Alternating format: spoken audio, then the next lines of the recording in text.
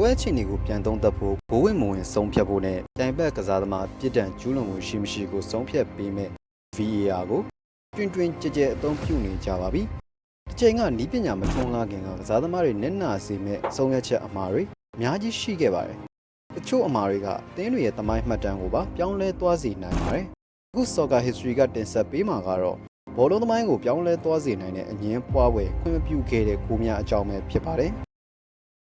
ကဲတော့ VAR သာရှိခဲ့ရင်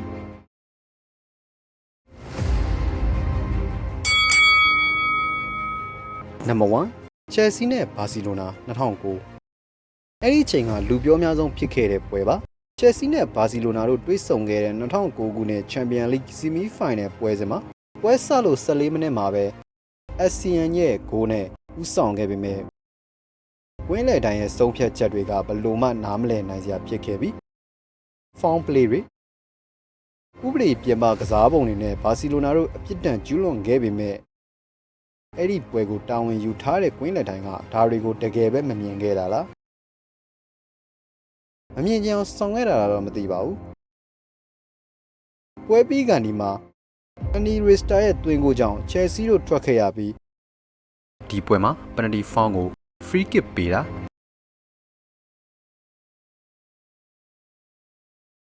မိုက်ကယ်ဘောလက်ရဲ့နောက်ဆုံးမိနစ်ကန်ချက်လက်ထိခဲ့တာကိုလစ်လူရှုခဲ့တာတွေကပွဲကိုအကြီးတန်းစေခဲ့ပါတယ်။ရောဘာကမကျေနပ်ကြောင်းမီဒီယာကိုပြောခဲ့ပါတယ်။ VAR သာရှိခဲ့ရင်ဒီလိုမျိုးဖြစ်လာနိုင်မှာလား။အင်္ဂလန်ကလပ်ကိုနစ်နာစေခဲ့ပါတယ်။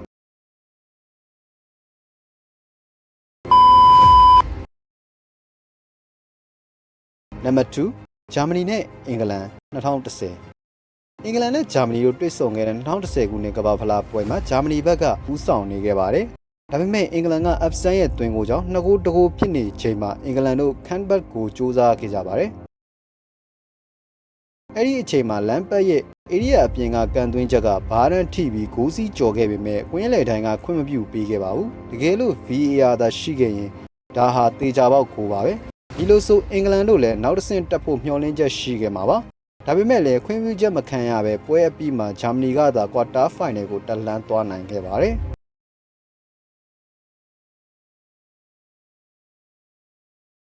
Number 3 Barcelona နဲ့ Atletico Madrid 2014ဒီပွဲကဘိုလူပွဲလိုပါပဲ။အမှတ်ပေးစရာအရဒီပွဲမှာတီကိုတို့ကတမှတ်ရရုံနဲ့ချန်ပီယံဖြစ်ပါပြီ။ဒါကြောင့်နံပါတ်1နေရာကဘာစီလိုနာကဒီပွဲကိုမဖြစ်မနေနိုင်ရမှာပါ။ပွဲစချိန်မှာတော့ဘာစီလိုနာက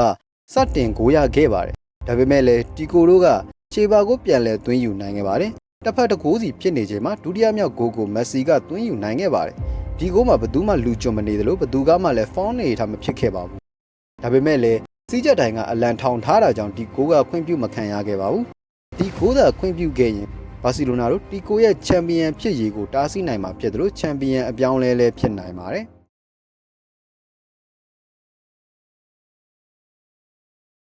Number 4အင်္ဂလန်နဲ့ဂျာမနီ1966ဒီတစ်ခုကတော့အင်္ဂလန်အသာရခဲ့တဲ့အလဲပါဒါကအင်္ဂလန်ရဲ့တခုတည်းသောကမ္ဘာဖလားပါဗိုလ်လုပွဲမှာဂျာမနီနဲ့တွေ့ဆုံခဲ့ပြီးအပြန်အလှန်သွင်းဂိုးတွေနဲ့တစ်ဖက်2ဂိုးစီတရေကျနေခဲ့ပါတယ်အင်္ဂလန်အတွက်တတိယမြောက်ဂိုးကိုသွင်းယူချိန်မှာတော့ဘောလုံးကဂိုးပါးတန်းကိုထိပြီးစီးဘော်တစ်ချက်ထောက်ကပြန်ထွက်သွားခဲ့ပါတယ်စီးဘော်တဲတဲကျတာမို့မဂိုးခဲ့ပါဘူးအင်္ဂလန်ကစားသမားတွေကိုယ်တိုင်ဂိုးမဂိုးမသေးကြသေးချိန်မှာဒိုင်လူကြီးကဂိုးဖြစ်သတ်မှတ်ပေးခဲ့တာပါဂျာမနီကစားသမားတွေဇော်တကတက်ခဲ့ပေမဲ့လည်းဒိုင်လူကြီးကလက်မခံခဲ့ပါဘူးဒီနေ့ခေတ်လို VAR သာရှိရင်ဒီဂိုးကရနိုင်မလားပွဲဖြေလဲပြောင်းလဲသွားတယ်လို့ချန်ပီယံလဲပြောင်းသွားနိုင်ပါတယ်ပွဲပြီးမှာတော့အင်္ဂလန်တို့၄ဂိုး2ဂိုးနဲ့အနိုင်ရခဲ့ပြီးသူတို့ရဲ့ပထမအဆုံးကမ္ဘာဖလားကိုရယူနိုင်ခဲ့ပါတယ်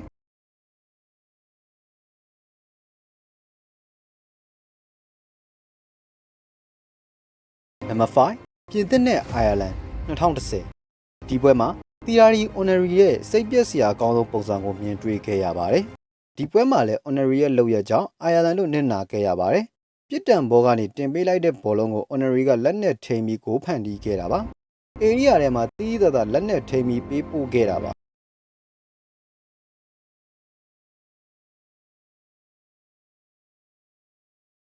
ကွင်းလက်ဒိုင်ကိုဇော်ရကတက်ခဲ့ပေမဲ့ဒိုင်ကလက်မခံခဲ့လို့ Honorary ကိုဝန်ခံမှု Ireland အသင်းကောင်းဆောင်ကပြောခဲ့ပေမဲ့ Honorary ကမသိကျင်အောင်ဆောင်ခဲ့တာကြောင့် Ireland အသင်းကောင်းဆောင်က Honorary ကိုအရှက်မရှိတဲ့ကောင်းလို့ပြောဆိုခဲ့ပါတယ်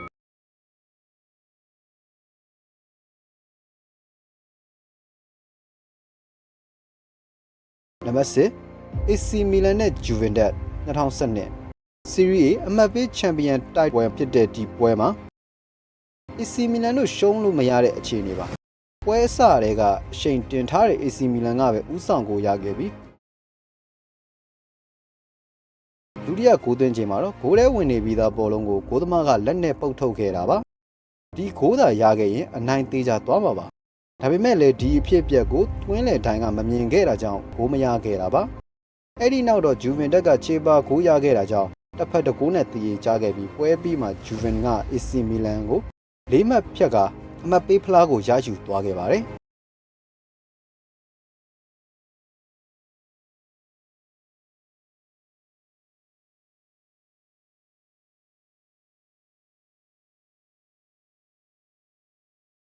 နံပါတ်7ဂျာမနီနဲ့ USA 2002ဒီပွဲကလည်းအလားတူပါပဲ USA ဘက်ကသွင်းခဲ့တဲ့ဂိုးကဂိုးသမားပုတ်ထုတ်ချိန်မှာနောက်ခံလူရဲ့လက်နဲ့ထိပြီးပြန်ထွက်လာခဲ့ပါတယ်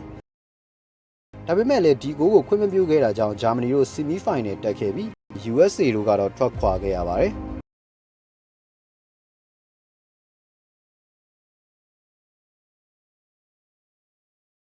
နံပါတ်8အီတလီနဲ့တောင်ကိုရီးယား2002ဒီပွဲမှာတော့ကွင်းလက်ဒိုင်ရဲ့ဗတ်လိုက်မှုကိုပိုထင်ရှားပါတယ်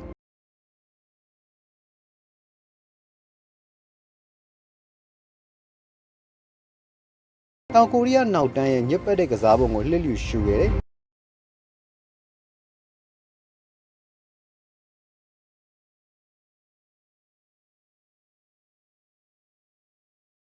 အီတလီကိုအနီးကပ်ပြတယ်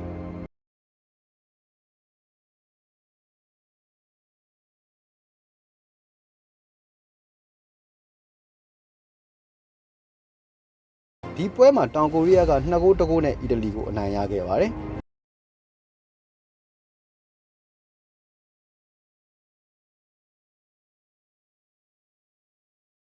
နံပါတ်9စပိန်နဲ့တောင်ကိုရီးယား2000နဲ့